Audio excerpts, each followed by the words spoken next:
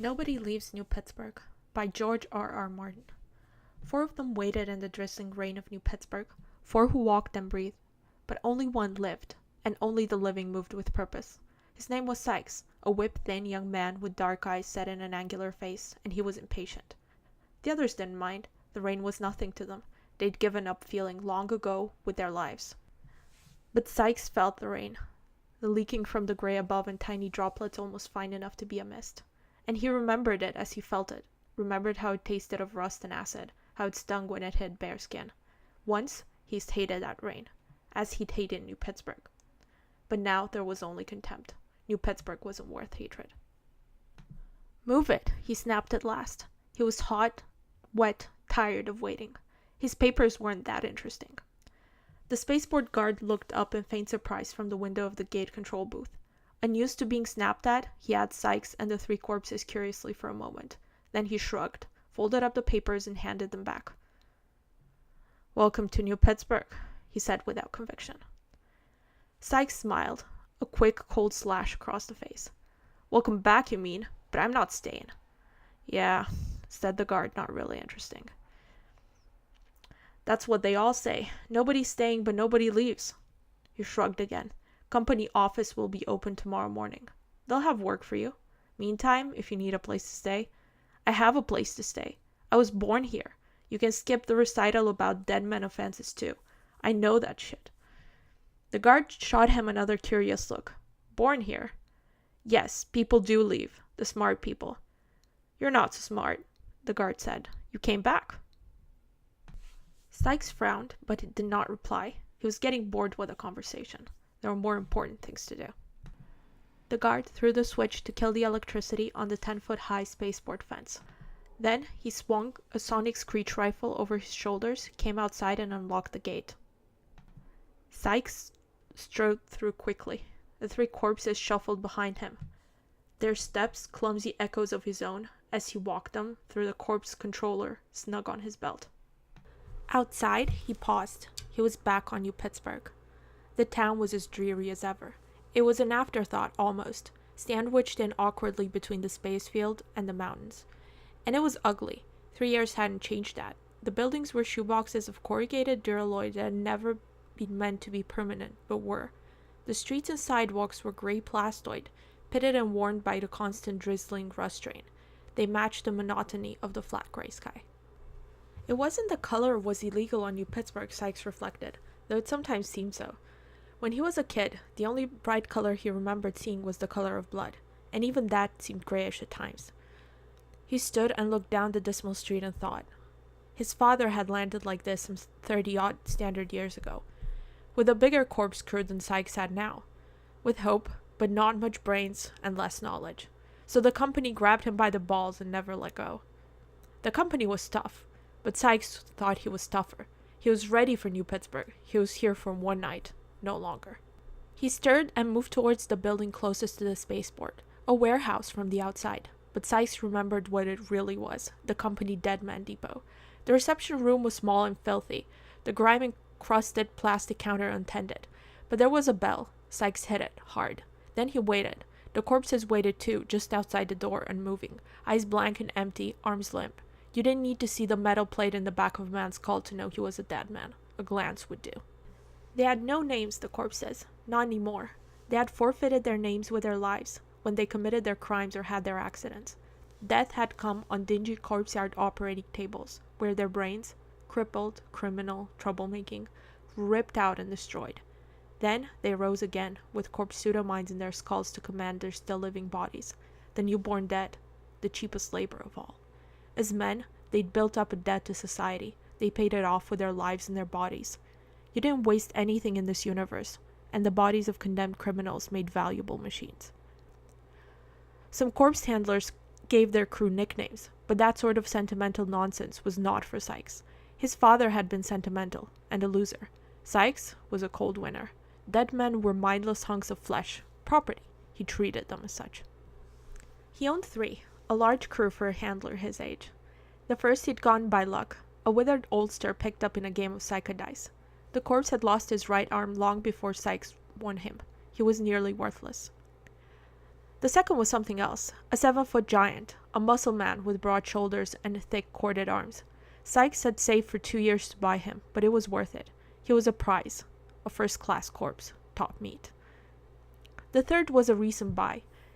Young, flaming red hair, a once handsome face, average quality, a little soft, but he'd toughen in time, and he had a long, dead life ahead of him. Besides, he'd been a bargain. Sykes bought him on Vandalia, where harsh laws made corpses common and dirt cheap. There was a noise. Behind the counter, a door popped open and a stubby little man stepped through.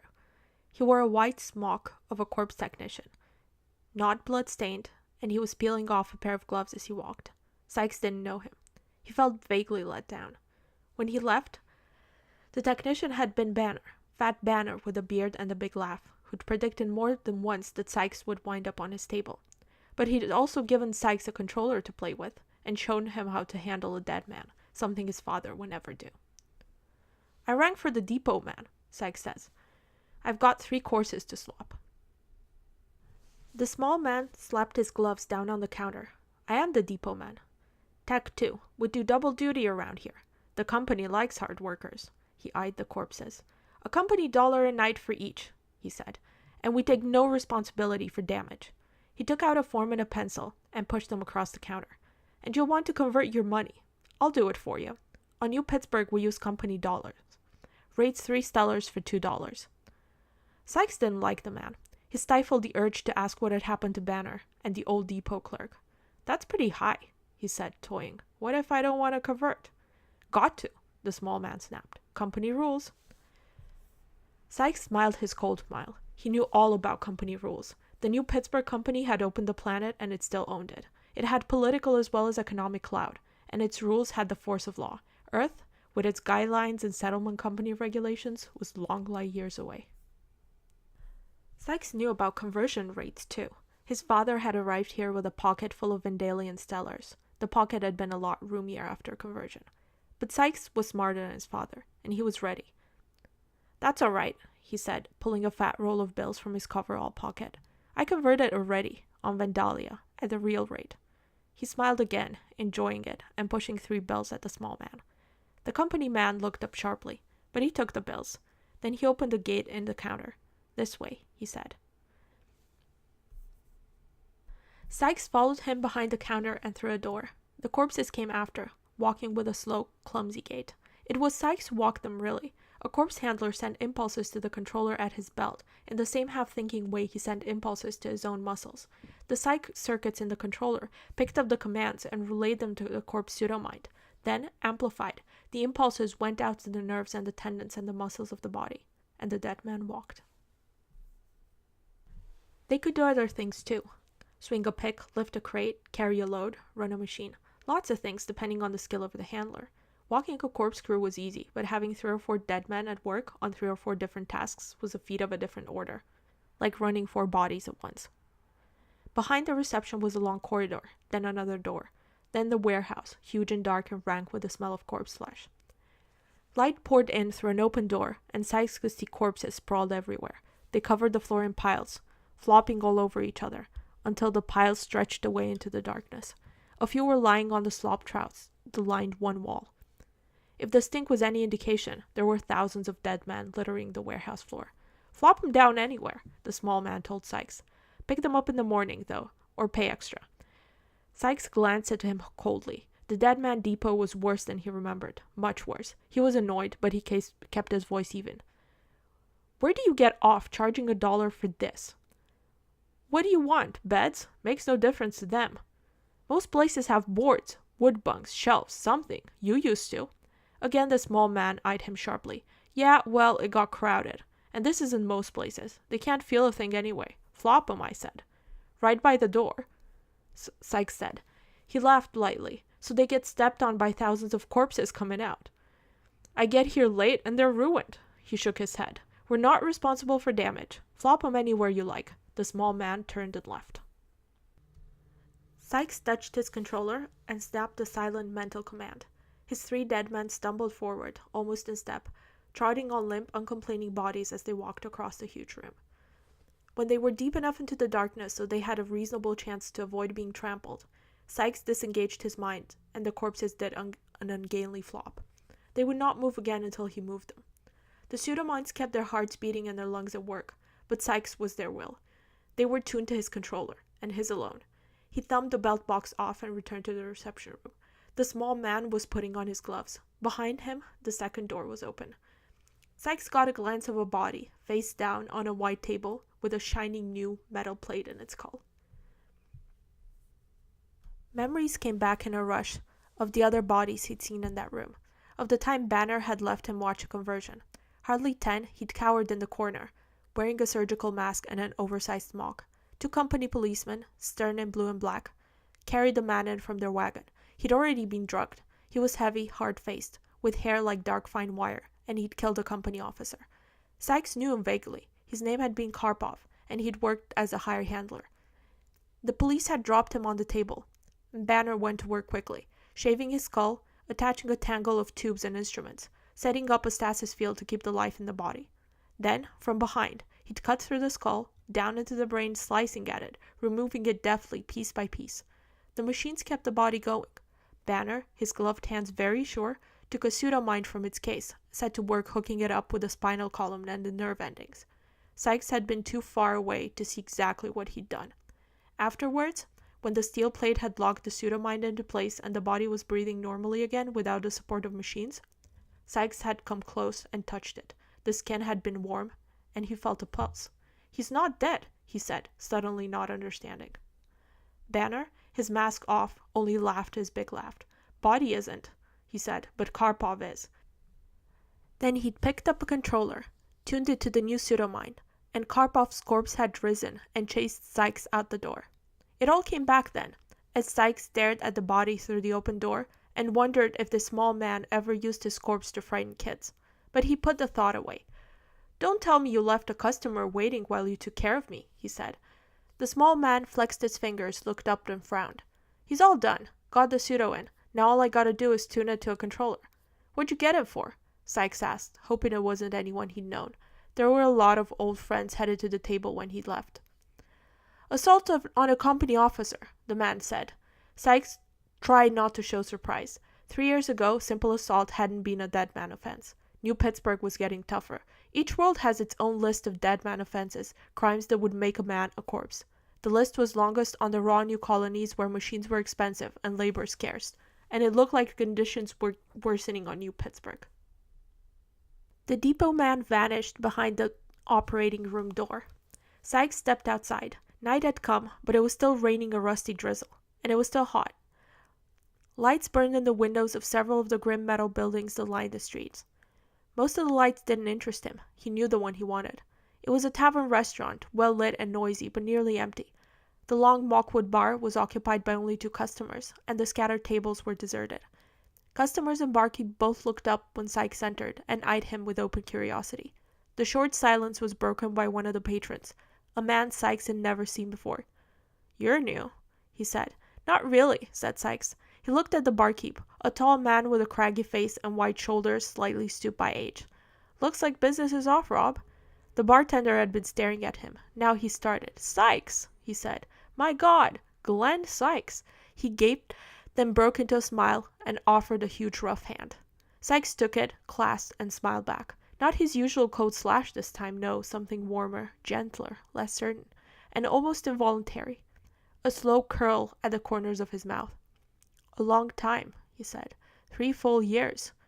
Kenyon, the big barkeep, nodded numbly. Then one of the customers was on her feet, offering her own hand. "Remember me?"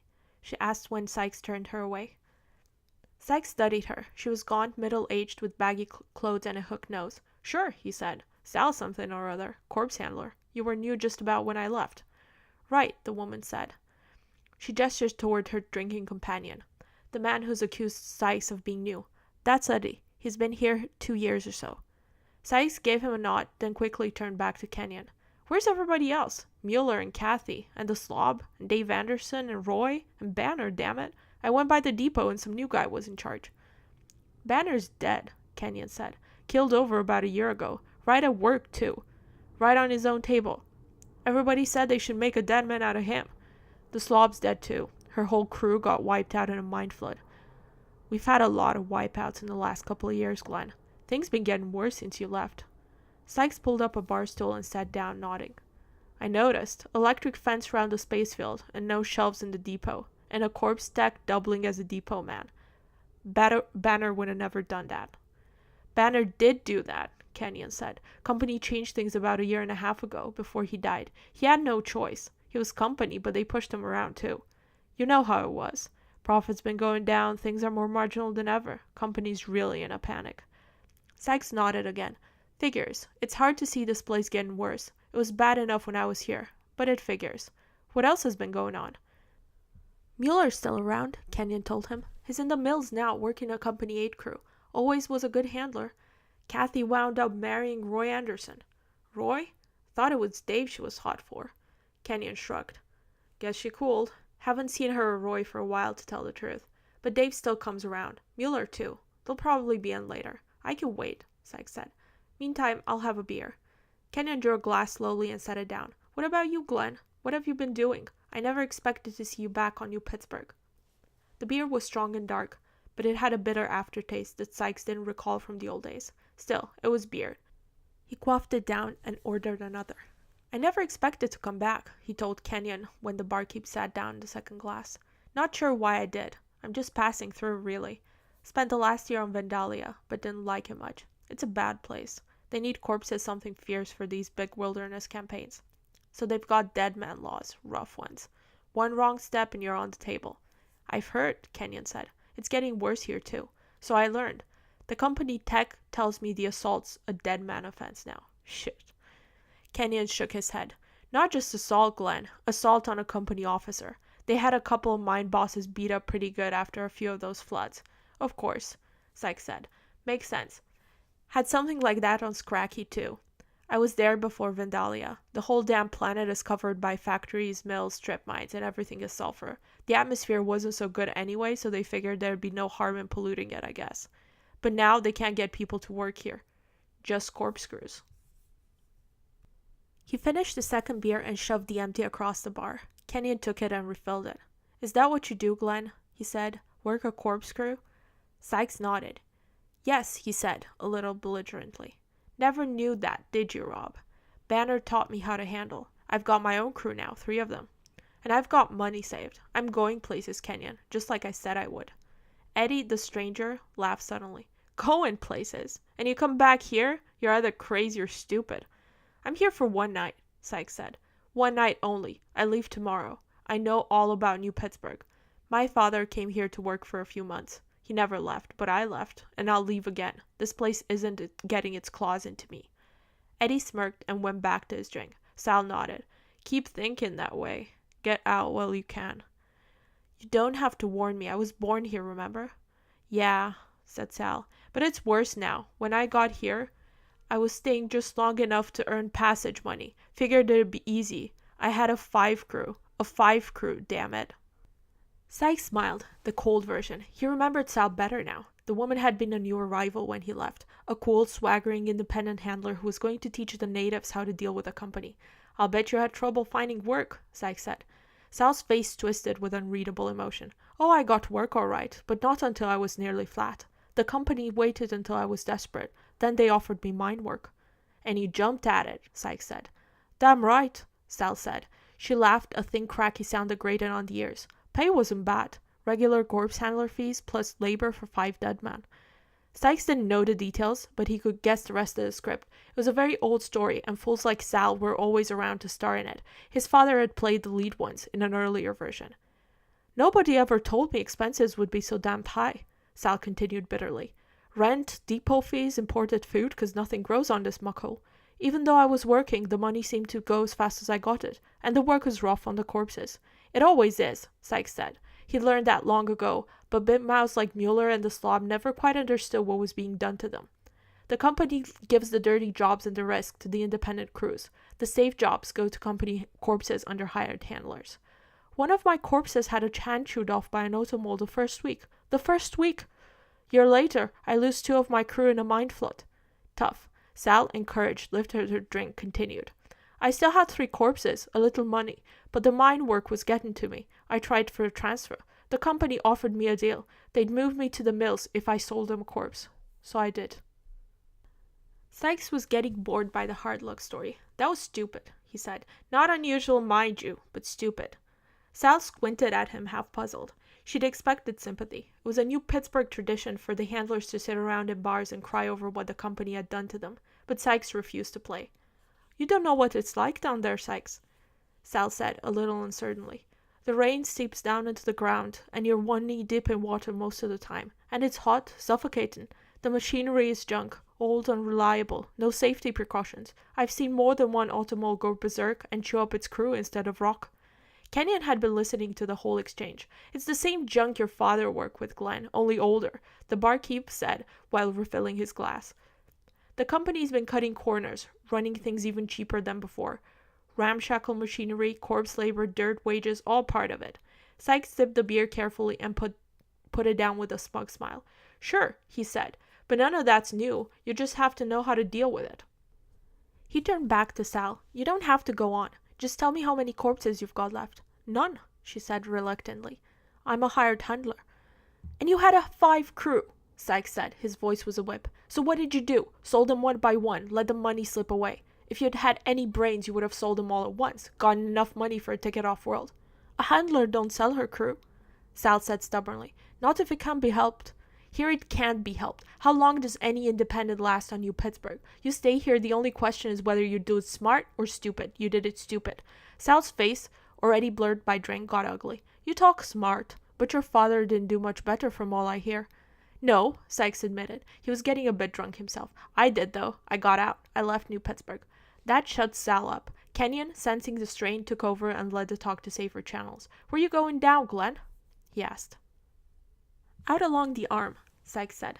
They just opened a new world out there, a place called Slag. The settlement company's looking for handlers.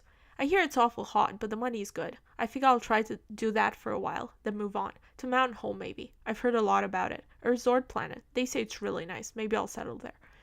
Rob Kenyon was polishing a glass, looking thoughtful. As a handler? He said. Sykes' grin had no humor. He knew what Kenyon meant. Dead men were barred from Mountain Home, and handlers, though admitted, were treated icily. It was the same on most of the civilized worlds. The good citizen called corpse handlers meat minds, though not to their faces, and saw the whole profession as unclear. Old Earth was like that too, and New Home and Silver Sky and Zephyr. All the older, richer colonies, in fact. On those mature worlds, any sort of capital punishment was unheard of, and the particular brand used to fashion dead men was considered grisly. In a way, it was ironic. The process had originally been discovered on Old Earth itself, almost by accident. A man, his brain smashed out by a bullet, had reached a medical center while his body was still alive. He was dead, hopelessly, but the doctors decided to try to keep the still healthy body alive for possible use in a brain transplant. The first experimental pseudomind was installed, and it worked. The body lived. Only then, before any call came for a brain transplant, one experimenter tried fitting a psionic circuit to the pseudomind. He got a human robot. He called it a dead man. Later, corpse. More corpses were made, better ones after that. The uses were obvious, but so were the reactions. The experimenters suddenly became pariahs. One medical center after another stopped research, and less than 5 years after the process had been discovered, Old Earth banned it. New Home, its oldest daughter, followed suit, and the others, one by one. But not all the others. The newer worlds, far out ones, the untamed ones, the unpleasant ones, needed hands badly. Corpse crews were welcomed. There the process was continued, in the hands of medical paraprofessionals who came to be corpse techs. They created dead men and tended them. But pseudomind research stopped. The colonial techs lacked the sophistication for that. The oldest corpse was less than a century old, but already institutions had arisen. Dead man depots, corpse yards, meat houses, dead man offenses. The corpse crews took over the work that was too disagreeable for men and too hard for all but the most expensive machines. They became the cheapest, crudest labor of all. Crude. That was the word for corpse labor. And to many, for corpse handlers. That was why Sykes would not be welcomed on Mountain Home. That was why they'd whispered meat mind and ghoul behind his back. But he still intended to go. I'm not always going to be a handler, he told Kenyon sharply. Just for a while, until I get enough money together. Then I'll go to Mountain Home and take up something else, he smiled. Maybe I'll be a bartender. Kenyon was looking at him. Your father didn't want you to be a handler at all, he said. That's why he wouldn't teach you. Sykes shrugged. He should have tried teaching me something else then. Instead, he sold all his corpses, scrimped away his life as a hired handler, and died. That did me a lot of good. Left me here on New Pittsburg with nothing. Money, Kenyon said. He left you some money. Not nearly enough for passage off planet, Sykes said. I got that myself, my own ways. You're right, Glenn. I can't argue with you, but your father meant well. Didn't want you to wind up on New Pittsburg, not one bit, not one moment. He just didn't know how to get you off, is all, he smiled. That you did by yourself. You're sort of famous, you know. That guy that got away. I guess the rest of us could do it too if we really tried. But we've built up ties, and they're hard to cut. You're different, I guess. You were always a loner. Sykes acknowledged that with a nod. I said I'd get away, and I did. He looked very pleased. Kenyon sighed, looked at him strangely, and reached for his glass to fill it once again. Just then, there was a sound at the door. A group of men shuffled in out of the rain, led by a huge grizzly of a man in a handler's coverall. He took one look at Sykes and roared, Glenn! You goddamn little asshole, you! What in the hell are you doing back here? Sykes looked at him and smiled his second smile, the real one. Hi, Mueller, he said, laughing. You haven't changed a bit. They drank until closing, him and Mueller and the Andersons, who came in later, and others, friends and enemies and people that Sykes had long ago forgotten. Then they went to Kenyon's apartment behind the tavern and drank some more, and Big Mouth Mueller laughed uproariously and told stories about the old days and dirty jokes about his corpses, and asked Sykes what the tale was like on Vandalia and Scracky. Then finally, Mueller passed out and the others left, and Sykes got some sleep. But he was up before dawn. He woke Kenyon and spoke to him briefly, borrowing a worn rain cape and asking directions. He said goodbye, too. That was his last night on New Pittsburg. The graveyard was way beyond the town, sprawling over 2 hills in the valley in between. Sykes walked there in the rain, thinking. The tombstones had been stones in the old days.